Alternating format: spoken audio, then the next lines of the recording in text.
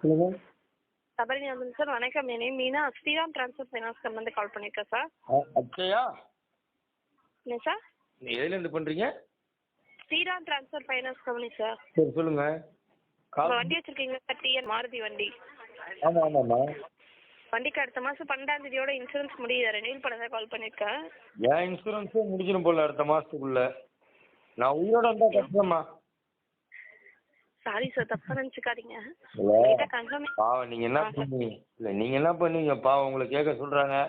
ஏதோ கடவுள் உங்களுக்காவது வேலையை கொடுத்துருக்கான். அது வரைக்கும் ரொம்ப சந்தோஷப்படுறேன். நாங்களாம் சாப்பாடுக்கு குழந்தைங்க பால் செலவு கூட இல்லாமல் கஷ்டப்பட்டுட்டு இருக்கோம். அந்த உங்களுக்கு ஒரு டெலிகாலிங் வேலையை கொடுத்து உங்களுக்கு மாதம் ஒரு 15,000 சம்பளம் கொடுக்குற அளவுக்கு ஏற்படுத்தி கொடுத்துருக்கான். அதை நினச்சி ரொம்ப சந்தோஷப்பட்டுக்கிறேன். இப்போதைக்கு என்ன சொல்கிறேன், அடுத்த மாதத்துக்கு 12ஆம் தேதிக்குள்ளே நான் உயிரோடு இருப்பேனா என்னன்னே எனக்கு தெரியலம்மா. அப்படிங்களா? Okay sorry sir. அப்படி உயிரோட இருந்தேன்னா நான் இன்சூரன்ஸ் கட்டுறேம்மா. சார் இல்லை சார், அமௌண்ட் நீங்கள் இப்போ கட்ட வேணாம். முடியும் போது தான் கட்ட போகிறாங்க. இப்போ இல்லை உங்களுக்கு. ஓகேங்களா? Yes sir. இப்போ உங்களுக்கு எதனால முன்னாடி கால் பண்ணியிருக்கேன்னா, உங்களுக்கு டிஸ்கவுண்ட் என்சிபி பாயிண்ட் இருக்கிறதுனால தான் முன்னாடி கால் பண்ணியிருக்கேன் சார். டிஸ்கவுண்ட் பண்ணிட்டு மாதம் மாதம் டிவியில் சேர்த்து கட்ட சொல்லுவீங்க அதானே?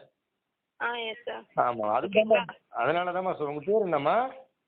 Meena sir. Okay okay Meena madam. நான் எதுக்காக சொல்கிறேன், அதுக்காக தான் சொல்கிறேன். அடுத்த மாதம் நான் 12ஆம் தேதி வரைக்கும் உயிரோடு இருந்தேன்னா அந்த 12ஆம் தேதிக்கு மேலே நம்ம இதை பற்றி டிஸ்கஸ் பண்ணுவோம்.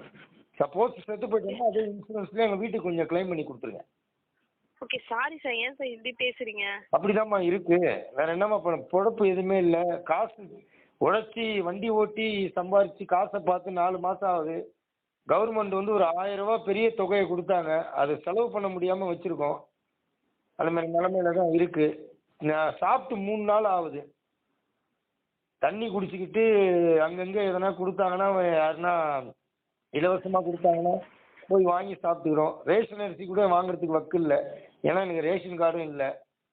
ஃபஸ்ட்டு யாருக்குன்னா ஃபோன் பண்ணிங்கன்னா சாப்பிட்டீங்களான்னு கேளுங்க, அப்புறமா இன்சூரன்ஸை பற்றி பேசலாம். ஓகே சாரி சார், உங்களோட சிச்சுவேஷன் புரியுது. Sorry sir. சரிம்மா, ஓகேம்மா, நன்றிம்மா. நன்றி சார்.